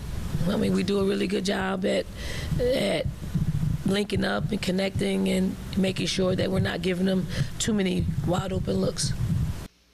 I mean, they again, Tennessee struggled making any buckets in the second and third quarters. And really, halfway through the first quarter, through the second and third quarters, they struggled making buckets. Yep. And look, defense, it's always there. You can have games where you can't miss. You got games where you're struggling so bad, if you hit the rim, they should give you a point.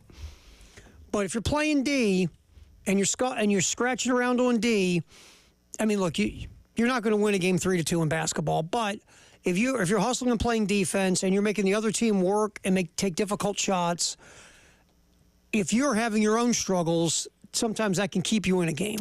Yeah, it can balance it out. And again, when you look at the calibers of offenses they've gone up against in this 5-game stretch, you have the ones like Texas and LSU that are just high-scoring type of offenses in general. Tennessee, like you said, plays really fast, shoots a lot of threes, and they found a way to neutralize all those and kind of bring it down into being the game that South Carolina wants it to be. South Carolina has their own issues on offense at times. Turnovers are still plentiful like they were, last night, so that's something you certainly need to clean up. And much like we talked about coming away from the UCLA game, which they did lose and was a great teachable moment from that, and it played a lot better since then.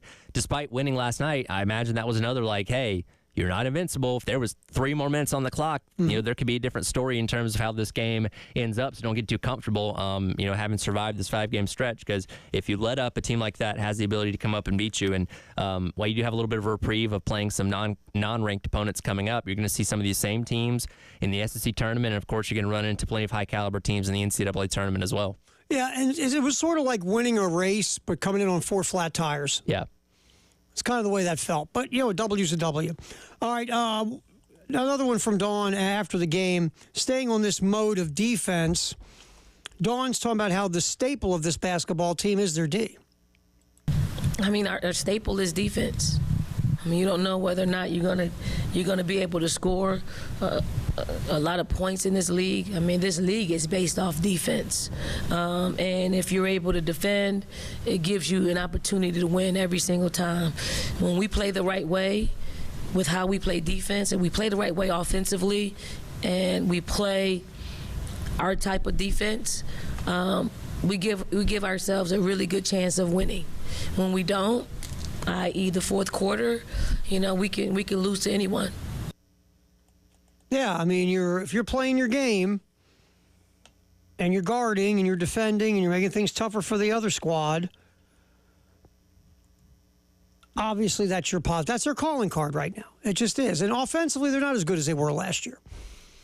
But they are good. I mean, we see there's skill all over the place. It's just not as they're not as potent as they were last year. They're not, and I do wonder for last night's game how much fatigue played a factor. Because again, that was your fifth straight game against a ranked opponent. You're playing on short rest because you played LSU on Friday afternoon, where you would have had that extra day, and then you're traveling again. So maybe they just were gassed a little bit. You do have the midweek off this week before you play Auburn, coming up on Sunday. So we'll see what that extra couple days of rest can do for this team. But again, you're the lone dog standing at the top of the SEC standings right now, undefeated. And remember, Fuwala only played 9 minutes last night. Had 4 fouls. Yep, got in foul trouble pretty quick. And so that hurts your depth to where then all of a sudden you're playing. Bree Hall almost played 30 minutes. So did Raven Johnson.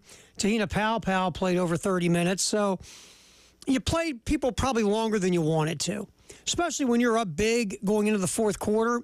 Dawn's probably sitting around going, maybe we can empty the bench. You couldn't. So that could also play. And plus Tennessee plays fast. And that doesn't help you either when you got someone who is trying to push tempo all the time. And Tennessee started pressing. So, but South Carolina with the win. The other, one more cut from Dawn. Talking about Maddie McDaniel, the freshman point guard, discussing her. McDaniel played 12 minutes, 3 or 4 from the floor, scored 8. Had an assist and a steal thrown in there. And here is Dawn talking about McDaniel. I thought she gave us what she could, and it's a hard game to play in as a young player. I thought she handled certain parts of it really well, and then you fall prey to figure that you could dribble through that type of pressure. I thought at times she played fast to slow and slow to fast, and then other times she just played fast where she couldn't create other options. And when you play fast and premeditated, it's like I'm not even going to say. I watch too many crime movies, so I'm not even going. But it ends up being not a good situation as your point guard. Yeah, but that's kind of the human nature sometimes, especially if you're a freshman point guard. You're in a game where the other team is playing fast. And now you want to play fast, especially if you're a high caliber point guard coming out of high school. You're a freshman. This is oh yeah, let's roll, let's play, let's ball. And they kind of trap you into playing too fast. And I thought Dawn had a very interesting way to describe it. You want to play fast to slow, slow to fast. Varying your tempo. Either you're speeding up and then slowing it down, or you're slow and then you go fast. But just playing with your foot on the gas with no brakes, sometimes that you run into a tree. Yeah. And it's a learning curve. And, right now the good news for McDaniel is you've got a Raven Johnson who's running the point. Or, you got Fuwala who'll come in there and could take the point. And if she plays under control, then, you got that going on. So no one's saying, Maddie McDaniel's got to go out there and be a make or break player for them. It's just a lot of learning experience for McDaniel, and she's going to be really good, man. It is, and last night was the most minutes she'd played against an SEC opponent so far. Obviously got plenty of opportunity in the non-conference, but there's a definite step up in competition level from what she was seeing pretty routinely there. And again, you got to allow them to make mistakes, got to allow them to learn from them, and got to allow them to be better because of it. And hopefully last night was a good learning experience for her. And when you have a big lead, that's when you want to put them out there to learn. Go out there and play. You're up by, 15, 17, 19, 20, whatever you're up, and you say, go on out there and learn a little bit. Because next year, Maddie McDaniel will be asked to do more than she's being asked this year. So again, South Carolina 70-63 over Tennessee. Gamecocks obviously leading the SEC, the only undefeated squad in league play, with LSU and Texas behind South Carolina. LSU and Texas only have one loss. Who's that to? Be South Carolina. Kentucky, the Gamecocks will play near the end of the year, or the last game of the year, I think. Let me double check here. Last game of the year is Kentucky. That's at CLA.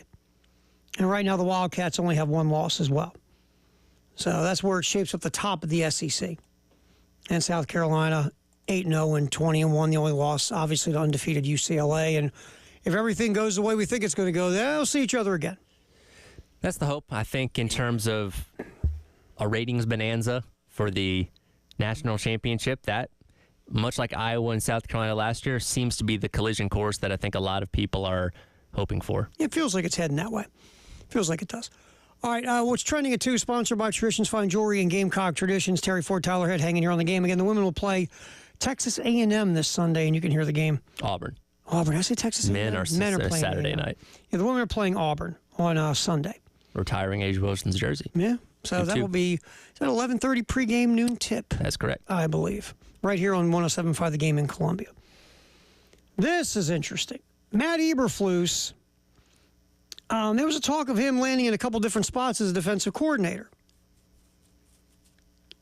Matt Eberflus is now the defensive coordinator of the Dallas Cowboys, which tells me Mike Zimmer decided he didn't want to be the defensive coordinator of the Dallas Cowboys, or the Dallas Cowboys decided Mike Zimmer wasn't the defensive coordinator. I go with the former. Yeah, I do too. I mean, Mike Zimmer.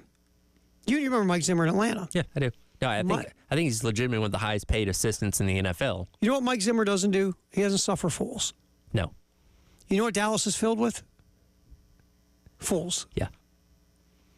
And Zimmer's defense, again, there was injuries, but Zimmer's defense just got run over this year. And Zimmer's been a high-level defensive coordinator many times. Just didn't work. And I think part of that is I go back to the culture of the franchise. The Cowboy defense, great bullies. If you're dropping back and throwing the ball, they love chasing quarterbacks. They love getting interceptions. They love all that stuff. You know what they don't like doing? Playing the run. They don't like it when the offensive line, the big 320-pound beefy guys are running over them and laying on them and falling on them, because playing the run's not fun and sexy. And Dallas just got run over. And there was very little desire to stop a running back in Dallas this year. And when you're the defensive coordinator, I mean, obviously you get judged on your defense. You know, you happen to play perhaps the best running back in the NFL twice a year. Oh, he ran them over. Everyone ran them over. He ran everybody over. Derrick Henry ran them over. I mean, everybody ran the Cowboys over this year. They were the typical, I'm a big bully till you hit me back. Yeah, and then I go cry in the corner. It's the guy that's got big muscles, but he's not really that strong type of thing. Mm-hmm. Like physically, sure, intimidating. But when you're actually asking him to push some weight, not so much. Nothing going on. So Mike Zimmer is the former defensive coordinator of the Dallas Cowboys. And Matt Eberflus will take over as the DC. There was a couple spots where his name was being rumored, so him going back to being a coordinator does not surprise me at all. No, nobody was looking at him as a head coach. No. And he probably found that out quick. Because you want to hold out hope, you want to get that second chance, right? Well, what do we talk about? You have to rehabilitate yourself and go, hey, prove that you can be a knockout defensive coordinator for a couple seasons, have a couple of defenses in the top 5 or 8 is in terms of points allowed. And people say, hey, I know the Chicago thing didn't work out, but he's a good defensive mind and he kind of fits what we need. And, whoever's going to hire him in a couple years. So, this is a pretty common route to go. And if you're Eberflus, when you start interviewing for head coaching gigs again, you go, let me tell you, I learned a lot from that first go around. I have a PowerPoint I want to show you what I learned from the last go around. And it worked for Dan Quinn. Yeah. Dan Quinn got rehabilitated as the defensive coordinator in Dallas, became the head coach in Washington. Dan Quinn had more success than a lot of failed head coaches in their first tenure, but going to the Super Bowl. So, it even took him a couple years, like I said, to rehabilitate and get that second opportunity that he's done pretty good with so far. Mm-hmm. So that's what Matt Eberflus has to do, or take a job as a head coach in college at a lower level. Yeah. Like Bill Belichick. Yes. Rehabilitating himself. Rehabilitating. It's worked so well for other coaches who have done that. We'll see. Mm-hmm. Well, I mean, the most successful ex-NFL head coach who went on to college, off the top of my head, was Pete Carroll. Yeah. Because he was okay in New England, and he went to Southern Cal, and look what he did. And then went to Seattle, look what he did. And now he's going to coach the Raiders. All right. What's trending at 2? Sponsored by Traditions Fine Jewelry and Gamecock Traditions. Terry Ford, Tyler Head. Appreciate you hanging out with us here on the game. The men will play tonight in Athens. We'll talk about Carolina men's basketball next here on the Halftime Show on the game.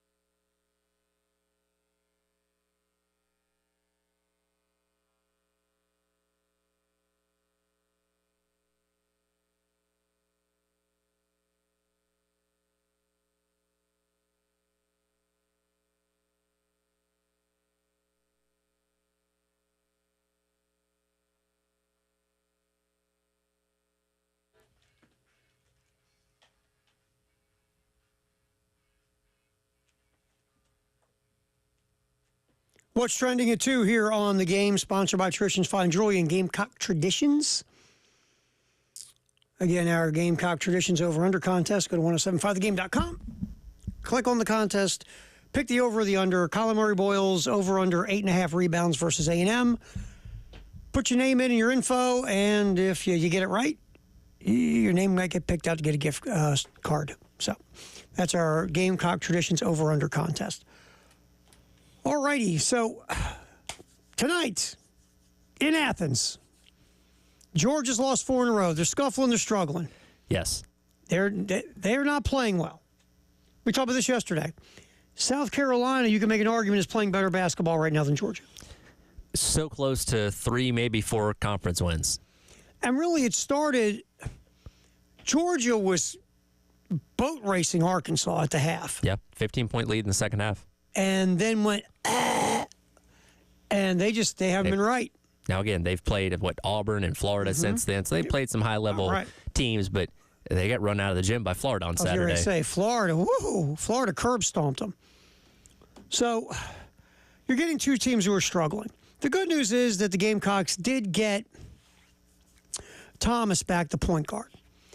And they still turned it over way too much, especially in crunch time and money time. He's not Talon Cooper. We're not going to pretend he is, but right now Thomas is the best point guard on the roster. Over the course of 45 minutes, there was a better flow to the offense than there had been. Doesn't mean it was perfect, and again, the turnovers speak for that, but it seemed to have a little more control than what you've been doing over the past couple of weeks with Jacoby Wright and just mixing guys in and out that weren't. There's a reason Jamari Thomas was a starter, because he was your best option there, and you clearly saw the difference once he was out for a couple games. Yeah, so you have Thomas back. Cam Scott should be back from his illness. You're only going to be missing Miles Studi.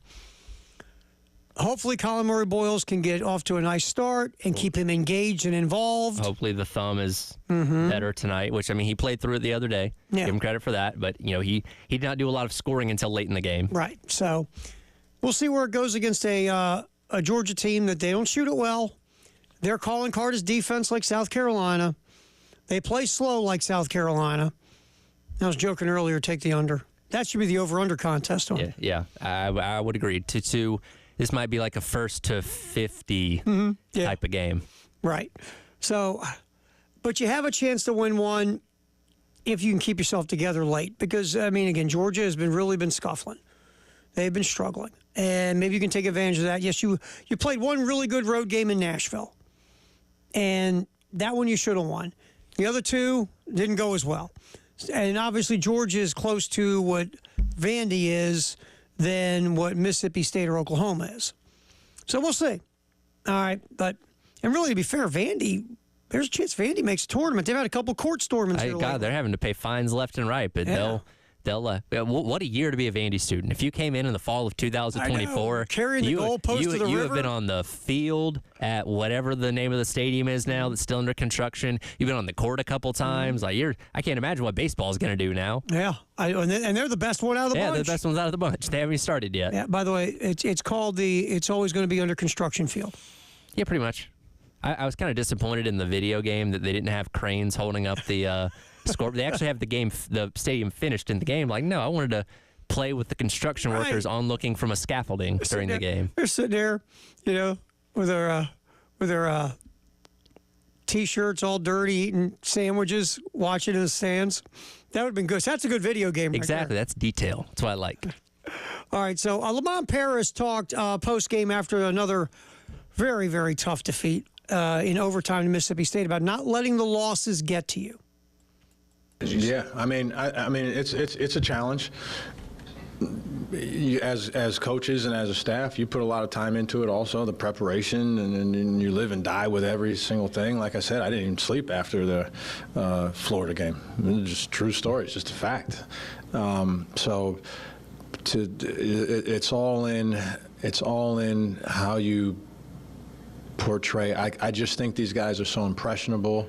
You spend a lot of time with them. You have to constantly keep in your mind that they're looking at you no matter what, whether they like you or love you or don't like this or don't like that. They're looking at you as to how to handle things and how to behave. And, disappointment is a part of this whole thing. And disappointment and failures can lead to tremendous growth if you respond properly. And so we've, as a staff, have been committed to trying to respond properly and to keep things into perspective and to continue to tell truths to our guys. I think that's a big part of what we do. We tell them truths. We don't beat them up. We're not here to beat them up. But at the same time, there's some things we do that you got to take some responsibility for. There's other things that are a little wacky, and we make sure they know the difference between those things. But it is. I think we also feed off of our guys. I think we have a really good group. I'm happy with our group of who they are and their internal makeup, because it does. They get frustrated too. It's just as easy for one guy to start, going in another direction, and then another guy goes in a different direction from there, and the next thing you know, you don't have a chance to win games, right? And that's not who these guys have been, and I applaud them for that. Yeah, I mean, we saw it. They're down double digits to Mississippi State. You could have rolled over and got beat by 35 again. Instead, no one sounded like, okay, makes sense, but instead you force overtime, and so I mean they're still engaged. They really are. And how about Lamont? Yeah, didn't sleep at all. Stayed awake all night. But the other thing, and we played the cut that Coach Paris was talking about. Colin Murray Boyles, and he doesn't have that personality. He doesn't have that alpha dog personality. And it's great that Colin Murray Boyles is so unselfish. He passes the ball really well. He's a teammate in the fabric of the squad. But, sometimes you need to be an alpha dog. He's the best player on the team. But the realization of that is sometimes your best player isn't your alpha dog. Yeah. I mean, like I said, again, any place Kevin Durant plays in the NBA. Kevin Durant is a Hall of Fame player. He's not an alpha dog. No. He is just the best player on the court most of the time. Get him the ball, let him score. And that's all you ask. Don't expect the rah-rah speech in the locker room. There's no leadership. There's no setting the culture in the locker room. That's why he fits so well in Golden State. They had a bunch of guys that did that. Sure. They said, Kevin, come here and score 30. I can do that. Yeah. Good. And thank you. Then just keep your mouth shut after that. Exactly. That's Some cool. guys just aren't alpha dogs. They're just not. And, Kevin Durant scores a lot of buckets and he looks at his burner accounts. That's our boy Kev. I say there's his personality. It's in the burner account. It is. So that's the thing with Colin Murray Boyles. You can't, and it's tough to make someone what they're not, right? Yeah, you can't fit a square peg into a round hole. No. You have to take what they are and work with what you got. And what you have to do is, and then, he's still, but as your best player, you wish he could get more demonstrative on the court regarding there's moments he's got to go make a play. He's got to be selfish. And I can understand, hey, I don't want to upset my teammates and this or that, think I'm a ball hog or whatever. But again, when you're the best guy on the court, when you're the best player on the team, sometimes you got to take that opportunity. Yeah. You got to drive to the rim. You got to try and get the bucket yourself because you're probably going to give the team the best chance. Yeah, you're the guy. I mean, the ball comes in your hands in certain situations. You have to go make a play because, like you said, you're the best player on the team. You know what's easy to forgive somebody for? When you win. Right. Like, hey, no, it didn't pass you the rock, but we won. So. Yeah. And you would think, now again, sometimes this isn't the case, but, usually a team knows who their best player is. Yeah. And on this team, I think they all know who their best player is. All right. It is, January 28th? January 28th, correct? Correct. Greatest day in the history of the world. Next on the halftime show. Tyler Head, Terry Ford. We're here till 3 on the game.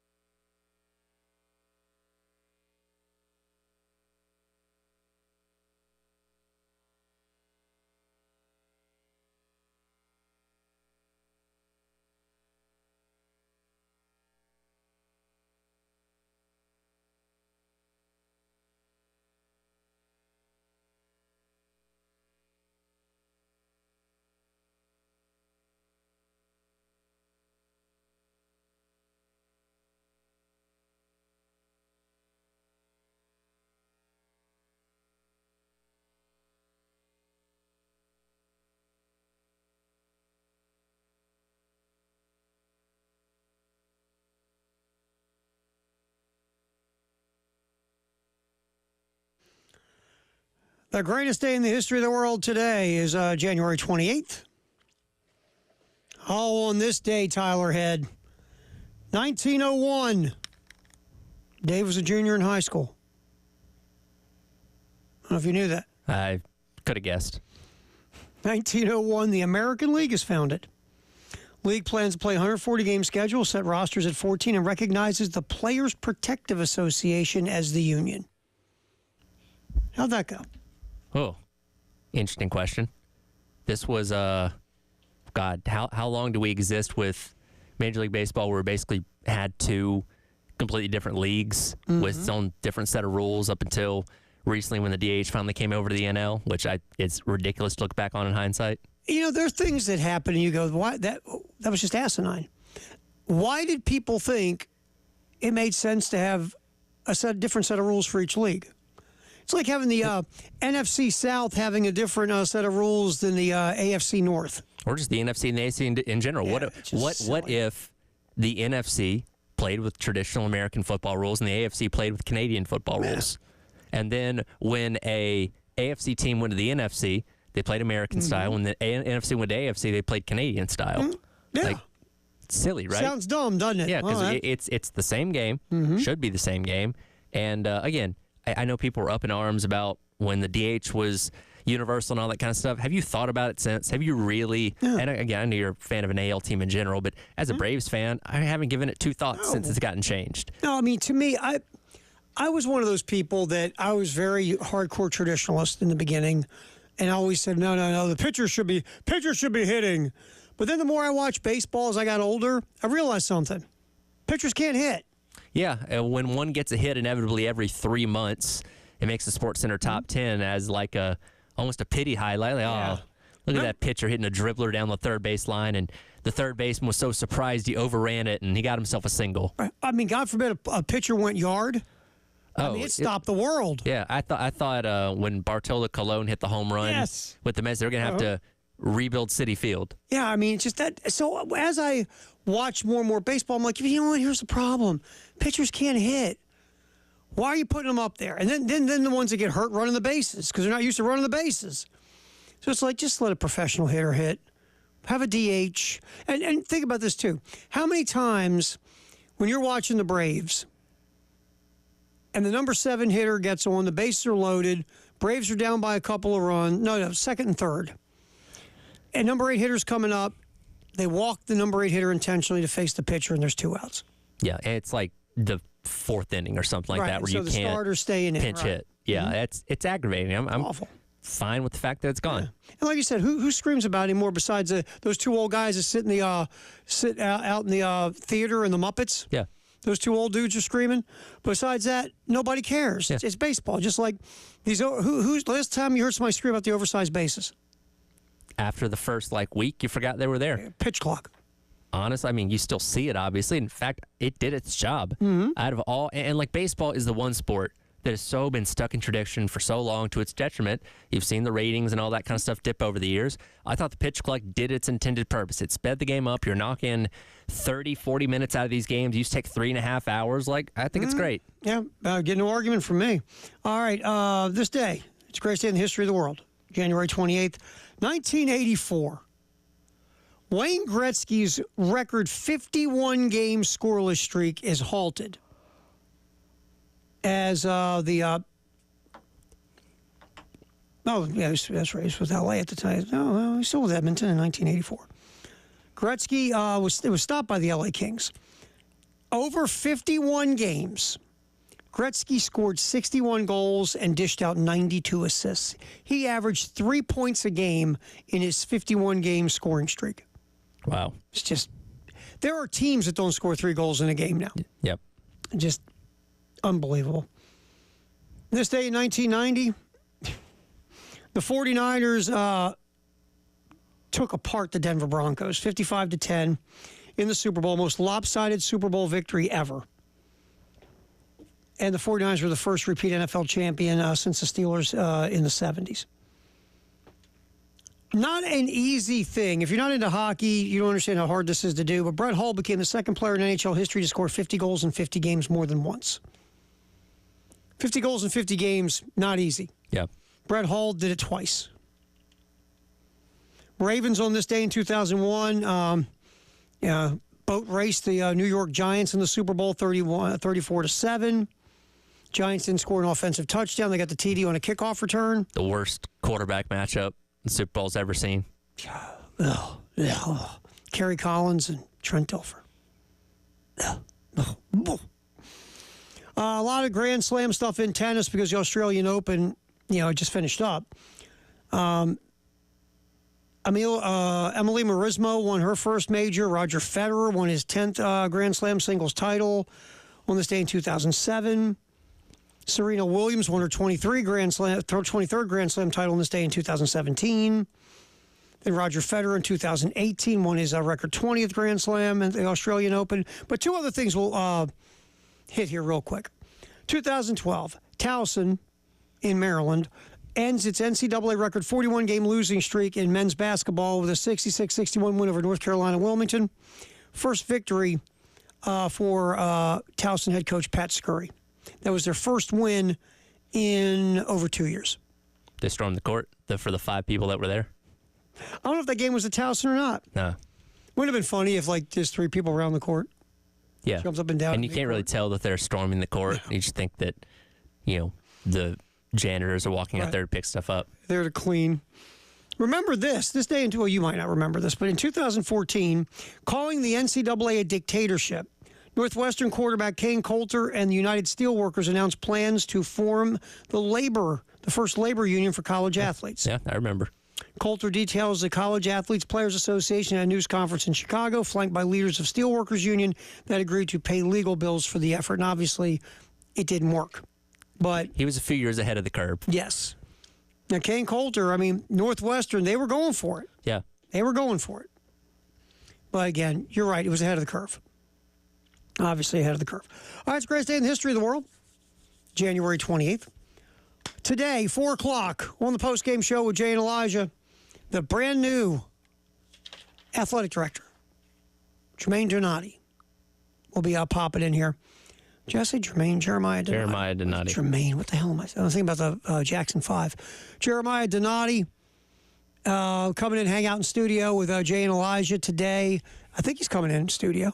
I could be wrong. I didn't know about this till you told me this morning. He could be in studio. He could be in his car on the phone. He could be at home on the phone. Who knows? But he'll be here at 4 o'clock. Be cool if he's in studio. Be great. Be great for the camera. Come on in, hang around. Get him on our video feed. That's right. And set him up on the camera. I'll leave him a piece of my Firehouse sub. That alone should make you want to come in. Oh, yeah. What half of a hook and ladder? Yeah. Tell you what, that's not enticing. I don't know what it is. I just had 2 hunks of a Firehouse sub. I don't know what it was, but it was good. And I don't know what Dreamy Josh did and the Firehouse crew on my Firehouse sub. It's his big secret. Yeah, I really don't want to know. I don't think you do. I love the sub. Don't want to know anything. You know what? Don't ask questions for things you don't want answers to. Absolutely. No doubt. But yeah, Jeremiah Donati, the new athletic director at South Carolina, on the postgame show today at 4 with Jay Phillips and Elijah Campbell here on the game. Speaking of those guys, we'll hopefully do our handoff, sponsored by Little Pigs on Alpine with Jay, and do our Firehouse sub text of the hour. That is next here on the halftime show. Tyler Head, Terry Ford here on the game.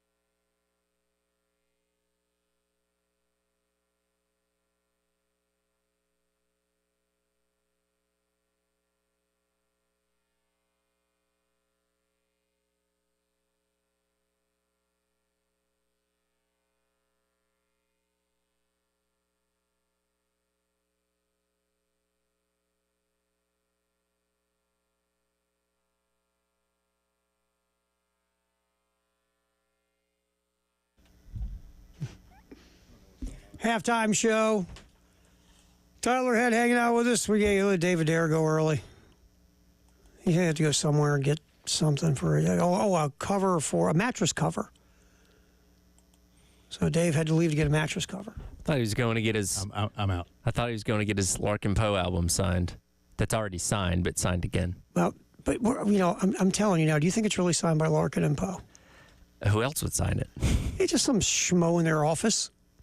Maybe. I feel like Dave knows the signature well enough. He could authenticate it on the spot. You know, like on like Pawn Stars, when Rick always has a buddy that's an expert in like medieval weaponry that can come in and say, yeah, that's a real, that's a real arrow from the 5th century. I'm not going to lie, Tyler. I never kind of looked at you as a guy sitting around binging Pawn Stars. Listen, I think we've all been through a Pawn Stars phase at some point. You don't have to binge. Just to, it's one of those things. You watch this too? It's very easy to watch. You put it on the background, and somebody may come in with an artifact. Oh, it's pretty interesting. And again, it's all a show. Mm-hmm. But you're like, oh, no, hey. Is this like, watching... Then Chumley does something stupid. It's funny. Is this like watching Real Housewives of Sumter? Not quite. No. Okay, just checking. No. Just checking. It is funny that the History Channel has abandoned all like history-related documentaries for those kind of shows. Yeah, I missed that kind of stuff. Well, it's like MTV. When's the last time you saw a video on MTV? Well, like here's the on President's Day, I guarantee you there's gonna be like a Pawn Stars marathon instead of like, hey, here's a documentary on George Washington or Abraham Lincoln. Like, no, Pawn Stars all day.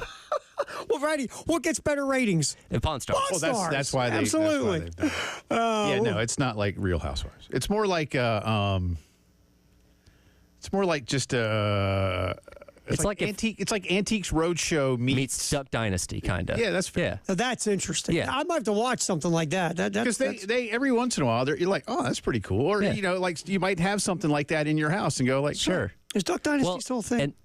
No. It's gone, long gone. The intriguing part is the people that come in that have something that they think is way more valuable. Hey, I got this Rolex watch from 1950. I want $300,000 for it. I'll give you $100.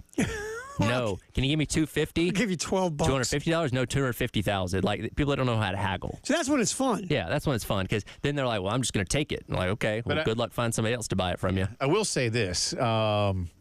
The shop became, once the show became so popular, the shop became popular. And like lines were like wrapped around the block in Vegas to go to it. And I'm like, you know what I'm not going to do? Mm-hmm. I am not going to go wait in line. No. To go to a pawn shop. Pawn shop. That they don't even like publicly work at anymore. Yeah, you're not going to go see them. Have you, either one of you guys ever... Rick is down on South Padre Island or somewhere. Yeah. Have either one of you ever used a pawn shop? No. I've been to some. I don't think I've ever pawned anything. I've been into one a couple of times. I pawned one thing. We were at an Orioles game a long time ago as a young lad. There were some fellows behind us who were massively inebriated and passed out, and they didn't need their watches anymore for some reason, so we pawned them and bought beer. I think that's called stealing, Terry. They didn't need you. They had no use for those. That's the Baltimore borrow, right? Yes. Yeah. You didn't need them anymore. You were passed out. I was going to take advantage of the situation. Can't tell time when you're drunk. Nope. I don't think you're Words lying. to live by. I don't think he is either. I'm just funning with you guys. This comes from the guy that stole a pizza, dropped it on the ground, and still ate it because, hey, we took it. Hey, look. I went through a lot to steal that pizza. I was eating it. The fact that you don't live in Maryland anymore makes a lot of sense now, because I think you're avoiding warrants. Statutes of limitations. Yes. All right, so Firehouse Sub text the hour 803-404-6100. Joe says Joyce Edwards clearly is the real deal. Oh, yeah. Hard to argue with that. Oh. I mean, just a couple of plays she made last night. So smooth. I mean, just a couple bounces on the deck. Drive to the hoop between a couple defenders. Easy, smooth little layup.